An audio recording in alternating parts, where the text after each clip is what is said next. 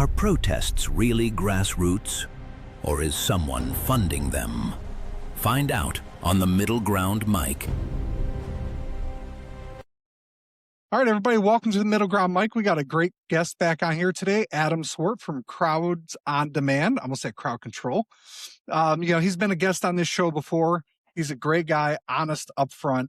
He's very open, and that's what we kind of desire here. So that's why I reached back out to him, considering everything that's been going on, to see if he would come back on the show. And he's gracious enough to give us some of his time. Adam, thanks for coming back on.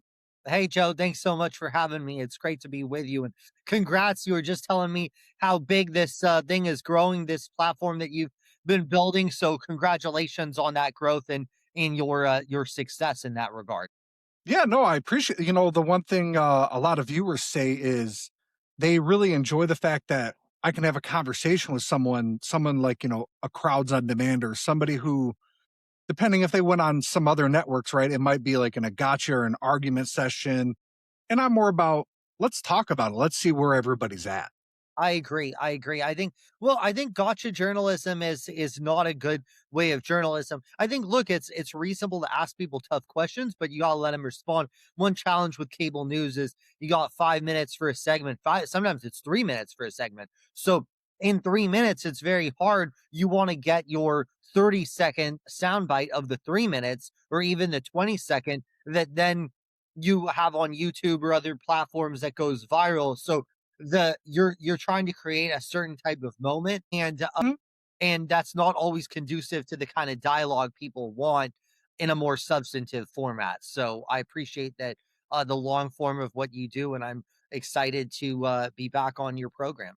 No, and it's a great thing. We were talking a little bit about Minneapolis, and that's kind of part of the reason why I wanted to have you on. So I had, gosh, I'm terrible with her name, but we'll call her, I believe it's Dahlia. She's running against Ilhan Omar in Minneapolis. And, we kind of got on the ICE subject a little bit. Naturally, if you're running in Minneapolis, that's going to come up. Yes. And, she kind of stressed, she's like, hey, it's not as bad as they're making it out to be. It's mainly just a couple streets. And then I heard, and this is what really got my wheels turning, is that part of what was going on there, George Soros, supposedly, I can't think of the foundation's name, was behind some of it. And then CNN had a lady going on, I'm being paid to be here. Mm-hmm. And you're going, what? And I mean, I knew some from our conversation, how some of that went. I was just like, man, I know Adam can't be behind, these people trying to shoot each other. No. Let's break it down let's break it down in detail. So number one, you first have to separate, whenever you talk about protests, from peaceful law abiding from non-peaceful or non-law abiding, right? So I guess I should say first that we're not involved in, and even though a lot of the protesters are peaceful, it's just too risky of a situation. And I'll get into it in just a minute here about why I feel like both the protesters and the ICE agents have, I think, not conducted themselves well in what I've seen of the situation and being removed from it, so I can comment objectively on it. So first of all, let's separate peaceful from non-peaceful, right? Or like law-abiding from non-law abiding, right? So if you look at Renee Good, right, she was in this was the young woman who was in the car, right? And she was involved in an illegal form of protest, right? She was blocking ICE agents with her vehicle, right? So that I think everybody can agree on. So the question is whether the ICE agents use the appropriate force in dealing with that situation, right? So I think that's a legitimate topic of discussion. Now, I am not a forensics expert, and I have seen the video from a couple angles. Quick pause for a second. A lot of people ask what gear and resources I use for this show, so I put everything in one place: the microphones, books, anything that I use, tools behind the scenes for the Middle Ground Mic. And if you want to check it out, the links are in the description. Using them helps support the show and keeps conversations like this going. All right, let's get back to it. It did, to me, from a casual observer, I look like that did not need to happen, right? I don't know. It's not for civilians to necessarily comment on it, other than to say what seems clear to me is that there needs to be de-escalation on both sides, right? So the core element is you have protesters who are escalating, How are they escalating? By blocking ICE agents, literally by cursing at them, right? Cursing at an ICE agent is not illegal, right? But blocking their path is illegal, right? So these are escalatory actions, right? So the ICE agents, you have to keep in mind, are not local law enforcement. They are not trained in protest dispersal. Like, if they're trained, it's very minimal, right? So generally, the police. So I've dealt with a lot of police in always in respectful, convivial manner. Typically, when they have an issue where protesters are blogging, let's just say they're lying in the road. Well, first of all, they try to tell them, like, look, you're not allowed to be here, right? You got to get up, right? You really Right. got to get up. You give them every chance to extricate themselves from the situation. And then, even then, you use the minimal force necessary to get them out. Why? Because this is the United States of America. We have First Amendment right to free expression. So you have a right to protest. So the idea of the police is not to hurt your right to protest, but rather to help you protest, but to make sure that it's done lawfully. Now, the problem with the ICE agents is the protesters are obviously protesting them. They take it very personally. They're very aggressive, right? The videos that I've seen have been that the ICE agents are not de-escalating. They're like, yeah, motherfuckers, you know what I mean? You're gonna come at me, I'm gonna come at.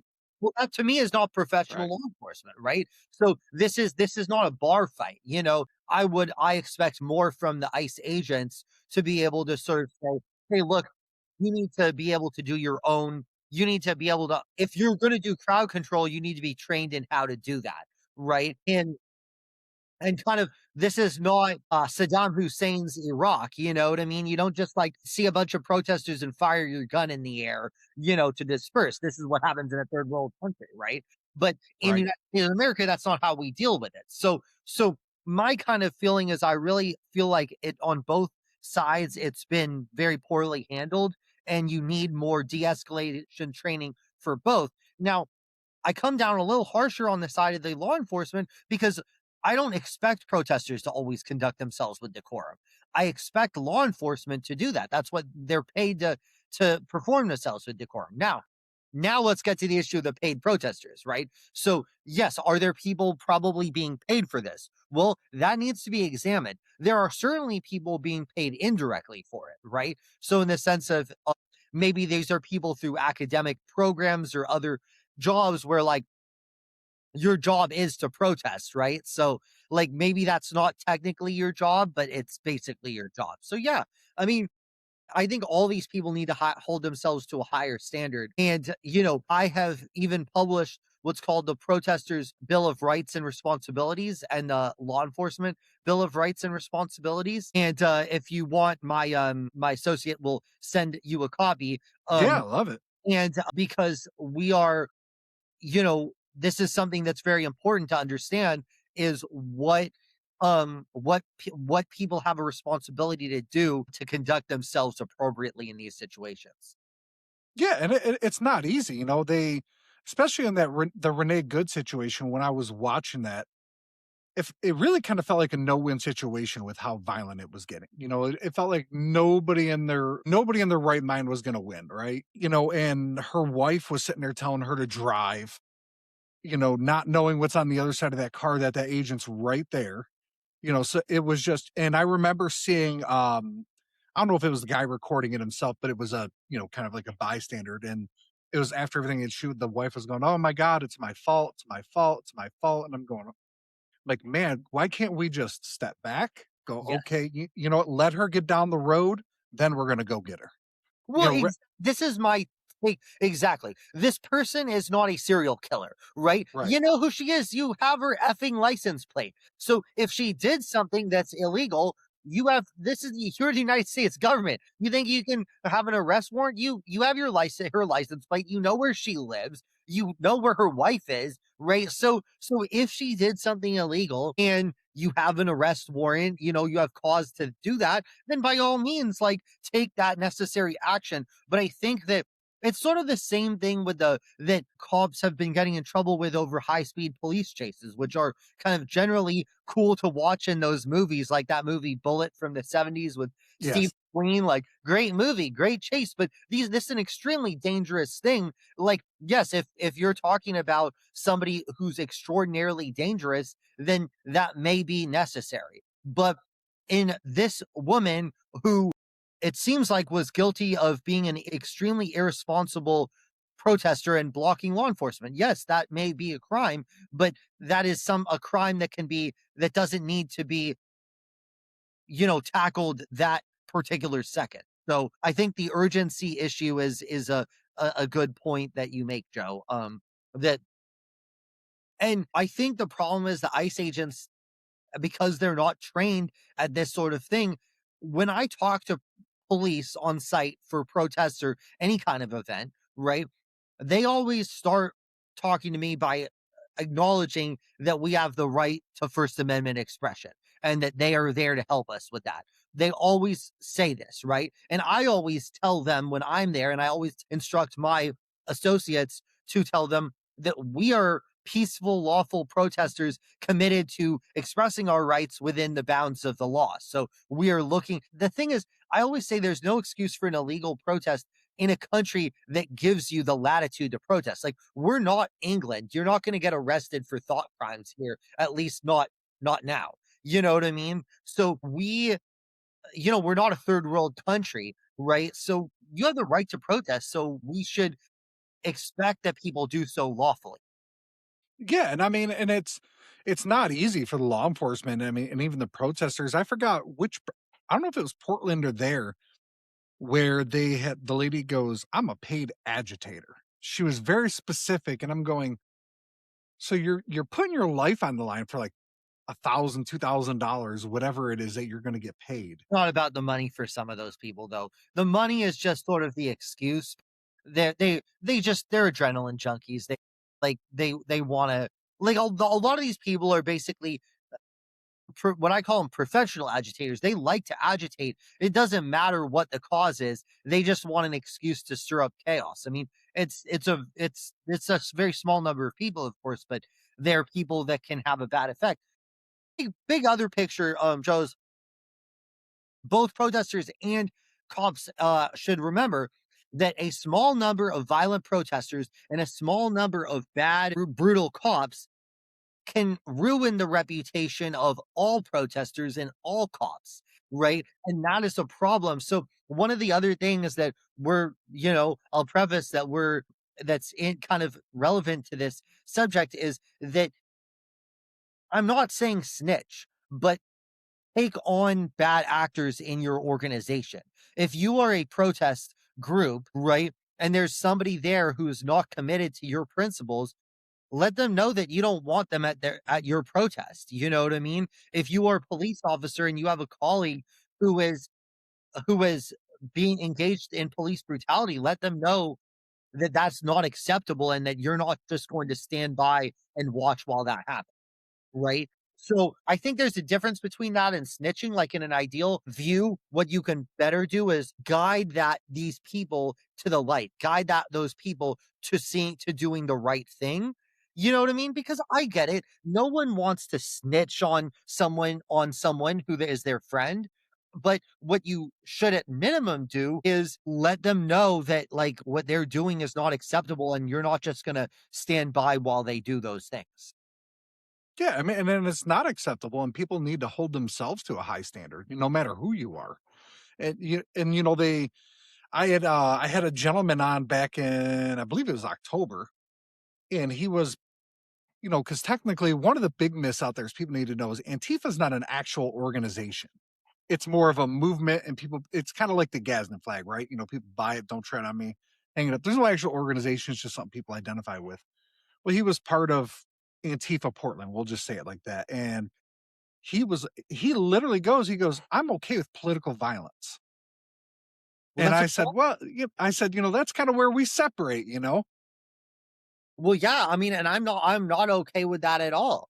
And one kind of disturbing trend has been the number of Americans on both political sides that basically say that political violence is okay or acceptable. You know what I mean? And I think it's important. I think to a lot of people, the horrific events with Charlie Kirk were a wake up call, but I don't think it was enough of a wake up call. I think people need to understand that Like, I don't want to live in a country where everyone was walking around armed with bodyguards, you know what I mean? And where, Right. like, there's a beauty in the idea that a congressperson is like, the whole concept of for example, a congressperson is the people's representative. You're among the people. But if Congress people don't feel comfortable and safe exercising their responsibilities, I'm not saying you don't, you know, ask them questions in public. You should. If you see a congressman, you should ask them questions, and tough ones if you want. But but they should not feel unsafe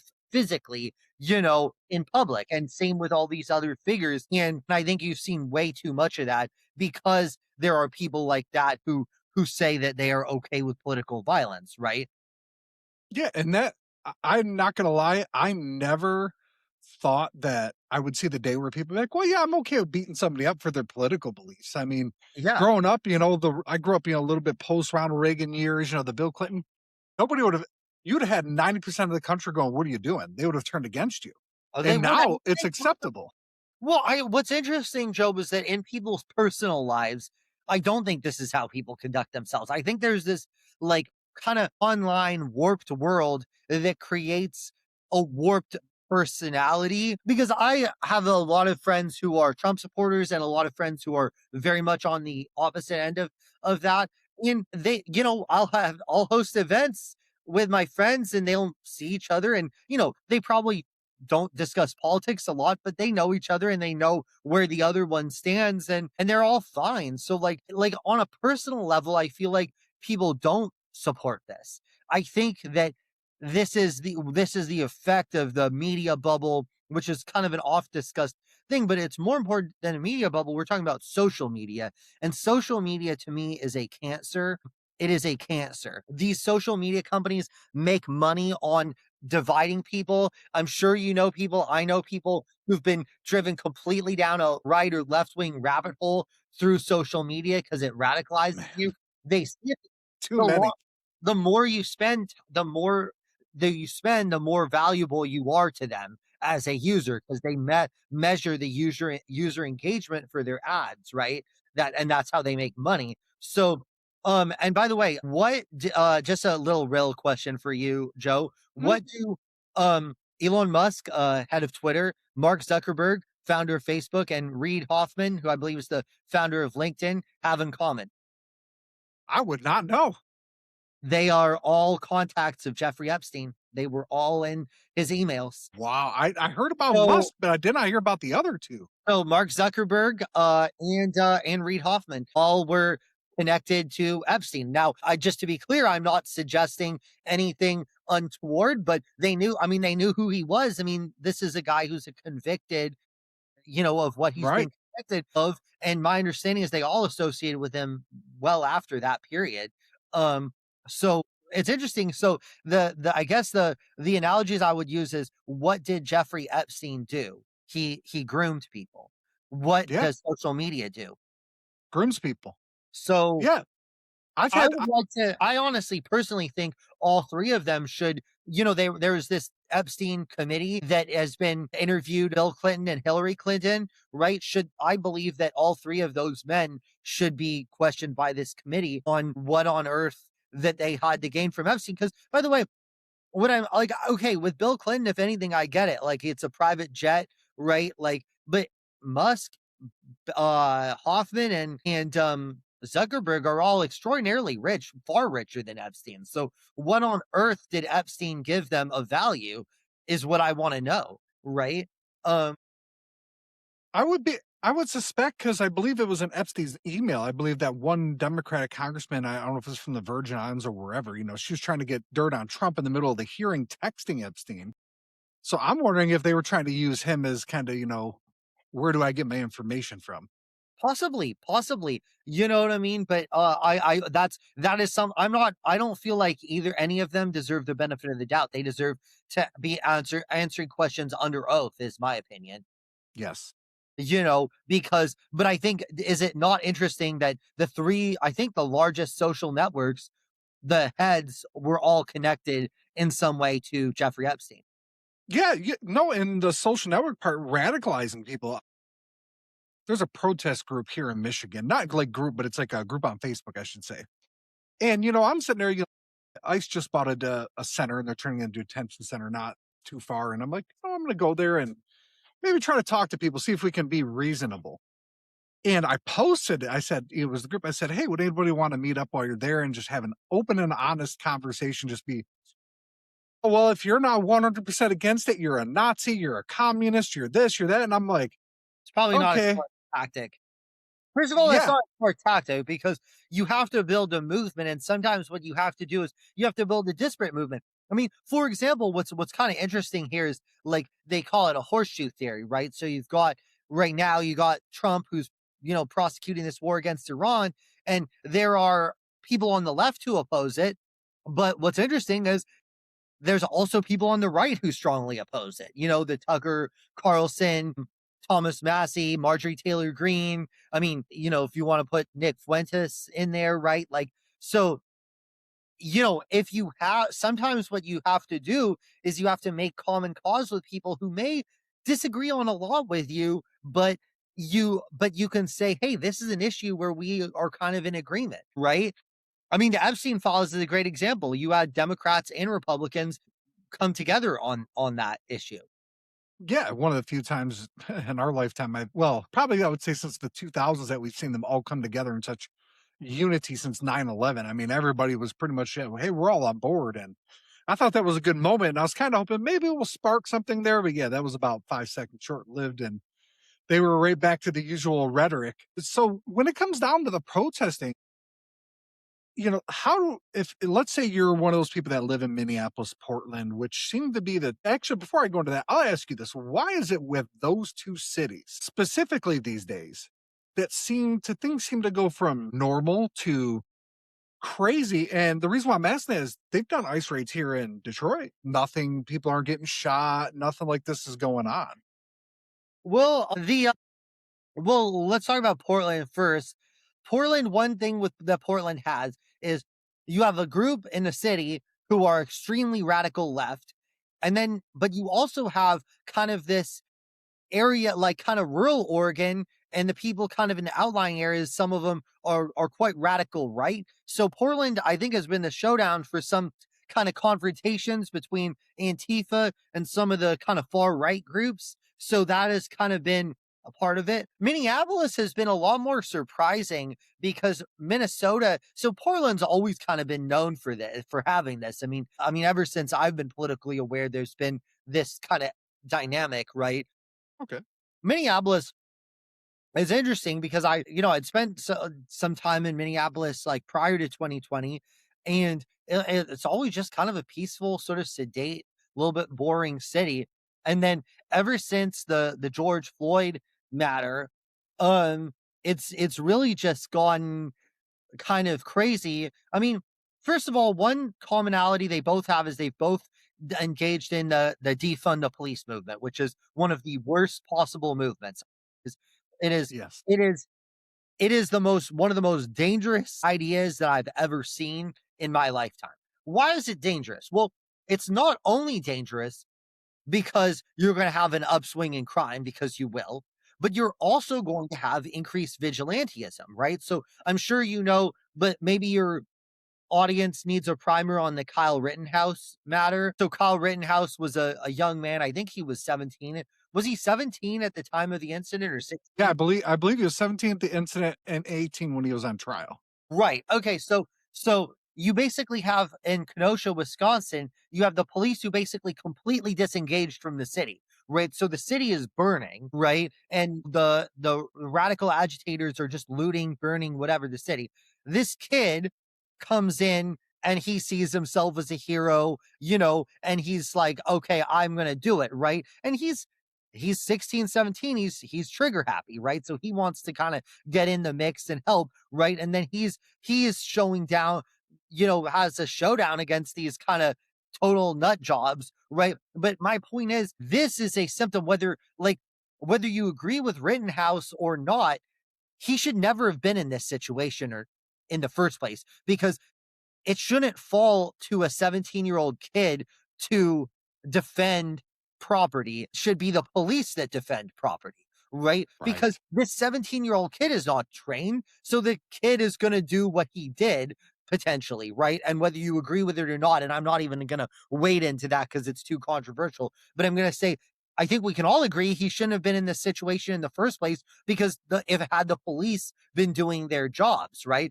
But the problem with the defund movement is that ultimately you need police in order to protect the community. And without police, there's going to be high crime and higher vigilantism. And the result of higher vigilantism is going to be more unnecessary deaths, right? Because if the police come in numbers, people might back off. If it's some random guy with a shotgun trying to defend property, it could lead to an altercation and potentially even someone, you know, a intruder getting shot or even someone who's not a party to it being shot. And it's just like, that is so unfortunate. Again, I keep mentioning it, but we're not third world country. We're not Somalia. And that's not a diss against the Somali community, but we're not Somalia in this country. And why should you shouldn't have to defend your property personally in this country. You see what I'm saying? You should have the 1000%. to defend our property, and it's much safer if they do it and if we don't. Yeah, I mean, because what did George Bush call it when things were going crazy? We're not a banana republic here. Yeah. That's the word I was searching for. So outside of you, right? Because we know what you do. Who are some of in terms of not necessarily inside knowledge, but in terms of some of these things, who are some of the other players per se that people maybe need to go, huh? The ones that maybe you speak out against, right? Where you're like, hey, we need to be transparent. Who are some of those players? Well, part of why I speak out is because I want to make it very clear that like to disassociate us with any of that because I'm in the business of persuasive advocacy. Now, I just want to make one point is sometimes people say, "Oh, well, he's in favor of weak need advocacy." It's like, no, absolutely not. You can be, as I said, you have the right to be very forceful and enthusiastic in your beliefs. Like we did the delete Facebook protest. We've taken on big pharma. We've taken on big tech. We've secured, massive wins through peaceful, legal, respectful protests. So I just want to first say that peaceful, legal protest doesn't mean I'm going to protest in some field somewhere. You know what I mean? Right.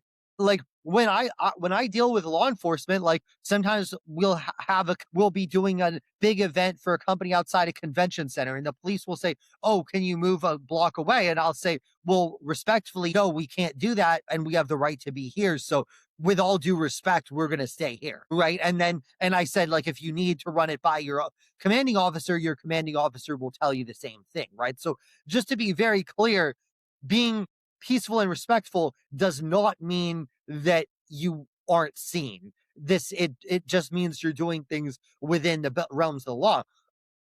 So that's kind of a misnomer. But the other thing is that in regards to your point about bad actors, well, I have even made an offer and I'm shocked that the Congress hasn't taken me up on it. But I've said, look, I'm willing to lead a task force to crack down with subpoena power on people who may be using money to either as like a way to use foreign interference in our process or to do illegal activity. So like I've made that offer. The challenge is that I need the subpoena power in order to be able to make some of these claims because there are people who I can speculate are behind this, but for legal reasons, I can't tell you because I can't prove it because I haven't seen the records because I don't have subpoena power. But the problem is that the people who are leading this don't fully understand how this industry works. So they are going about it completely the wrong way. Yeah, and that's never good when they do something of that nature, going about the wrong, and they should. I mean, because both sides, and this is what I said when people were like, "Oh, look what Trump does," whether you believe he lost the election or not in 2020. What I thought was interesting is they played a clip of the Senate back in, I think it was 2016, where so many people like House reps, "Oh, we should not certify this election," and it was on the opposite side. So then I started looking. There's always been this section of Congress every election where they're like, "Oh, this wasn't right. There was interference." And it was just kind of one of those things that got hyped up and everybody just went on the freight train with it. Well, let me just say one thing about that is that there is people have the right to their opinions. It's really the actions they do with those opinions that are the problem, right? So you have the absolute right to believe that any election was rigged, even an election where someone won by 80%, you can say that was rigged, right? Um, the challenge is the action. So one of the big things that I have a big problem with is people treating people based on their views rather than actions, right? So whether it comes to January 6th or BLM, right? If you vandalize, you should be punished. If you hurt someone, you should be punished. But you should not be punished more or less based on the ideology, right? So if you vandalize a building in the name of BLM, the punishment should be the same as if you vandalize a building in the name of MAGA, right? Because at the end of the day, your crime is not believing that the election was stolen. Your crime is the vandalism. So I guess that's my opinion on that, is that it's important that in a country that has the free expression, that we separate our opinion on what they're saying with what they are, the facts of their actions. Yeah, and I mean, well, I mean, when it comes down to it, that I think, who is it? I can already see the comments you're going to say in there. Hey, both people should be punished. When I'll go on there, I'll say something like that on some of these comment sections, right? I'll see something be like, hey, man, this ain't right.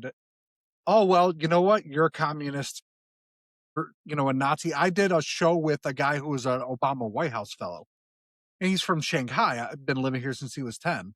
I got called I was a member of the Chinese Communist Party. I was a He's an American. communist advocate. Yeah, Yeah, these are, he's American. yeah. So that's ridiculous. I'm like sitting there, I'm like, what?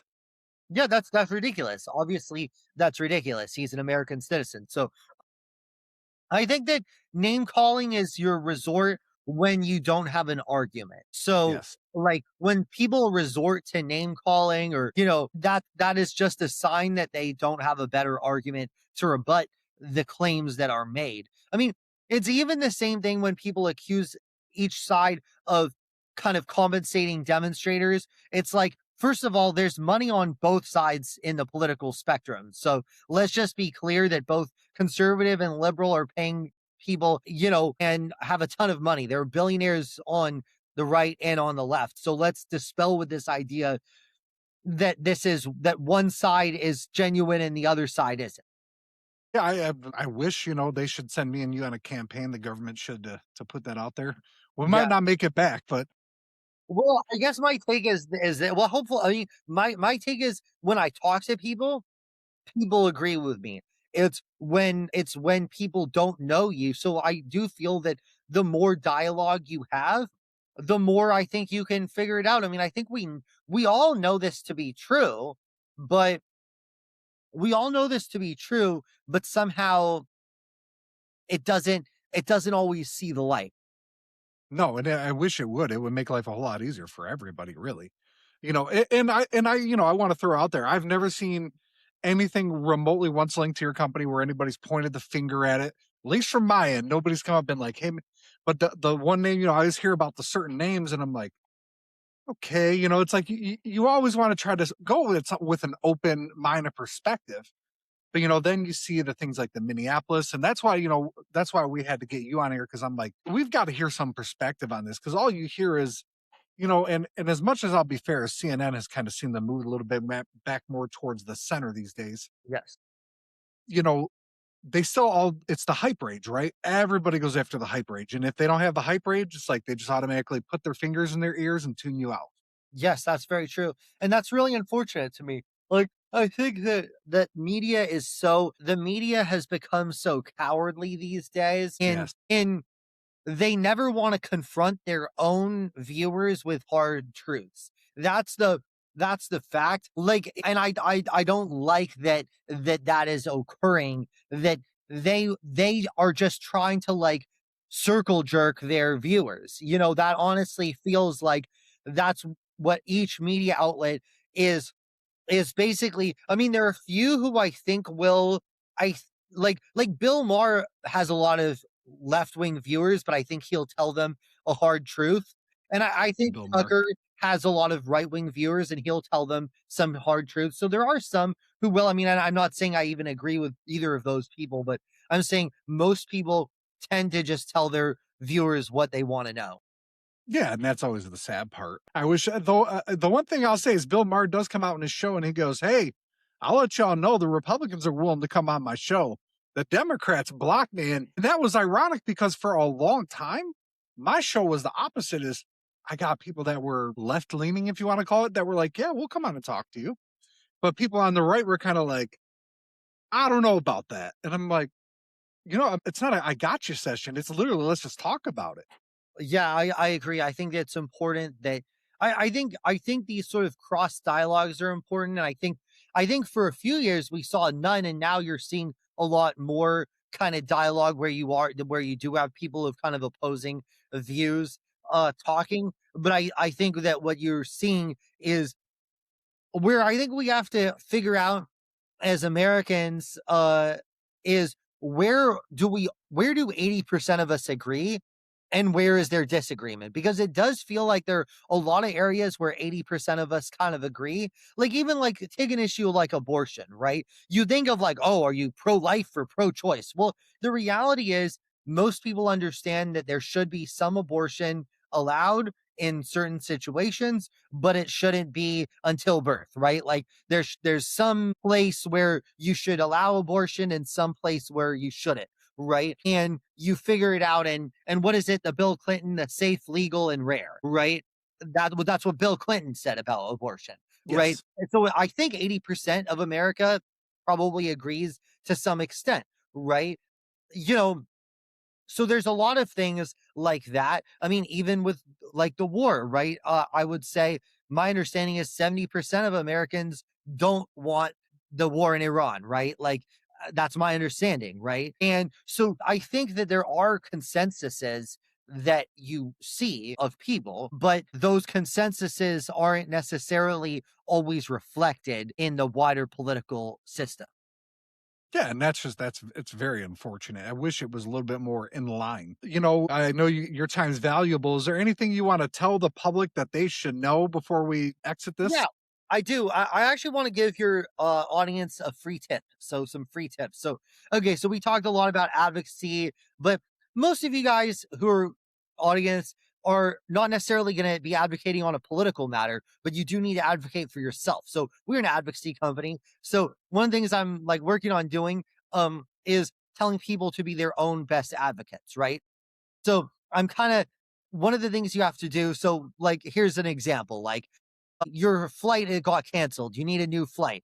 You're late on your rent and you don't want to be evicted, right? You're dealing with a problem, a medical problem, and your insurance company says they're delayed in reimbursing you, right? So these are things that like ordinary people, any of us could be going through, right? So first of all, what I recommend is identify who is empowered to help you, right? So there's no point, for example, in screaming at a flight attendant about a flight delay, right? Because the flight attendant is unlikely to be able to assist you with a flight delay. They don't control that, right? Maybe in the case I mentioned about the about you being late on your rent, maybe the property manager won't be authorized to grant you an extension of time to pay the rent. So you have to maybe it's the regional manager who has that authority. So first of all, focus your efforts on the person who actually has the power because you're spending the more time you're spending the time better that way. Number two, figure out what matters to that person and how to convince that person, right? Um, so that's important because uh, let's just say you're dealing with this regional property manager. Well, saying, "Oh my God, I don't know what I'm going to do if I'm evicted." Well, that's not really their problem, right? That you need to explain to them why they should do it, why it's in their interest. So maybe it's in their interest because they don't want to have to hire a lawyer and go through 3 months of court proceedings just to get you out only to have the place trashed. You know what I mean? Right. I'm not saying you threaten to trash the place, to be clear, but that's a risk that they might have, right? So maybe they would rather say, "Hey, look, give me a month time and work me on a payment plan And that's much better than having to do the alternative, right? So they might be a very practical minded person and see it your way. And if you show them that you're credible, then they might be willing to do that for you, right? But so you have to understand that you have to reach them the way that they respond to. So don't make it about you and why you need something. Make it about them and why they should help you. So, like, just a great example in my personal life. So, or in my professional life, I'm always traveling. You know, maybe 1 in 8 flights that I'll take is canceled, probably. So, what I typically do in that case is I tell them what flight that I look myself and I see, okay, well, what's the alternative flight that has a seat open? And I'll tell the customer service agent, book me on that flight. And even if it's on another airline, but I made their job a lot easier because I've made it very easy to solve my problem, much easier than not solving my problem. Right. No, and that's critical. And I appreciate that. And Adam, I really appreciate you coming on to us, giving some of your time, and hopefully have you back down the road. I'm sure there's going to be some more crazy people coming up. There never seems to be a shortage of them. Yeah, anytime. And I hope those tips help. And because we all kind of have to be our own best advocates. And that's really sometimes the more important than being able to advocate on politics. Yeah, I mean, it's never easy. All right, everybody, I appreciate you tuning in. But don't forget to check this episode out. Everything will be in the links you guys already know. And I hope everybody has a good day. All right, there we go. It should Thank stop you. right there. Awesome. I appreciate it, man.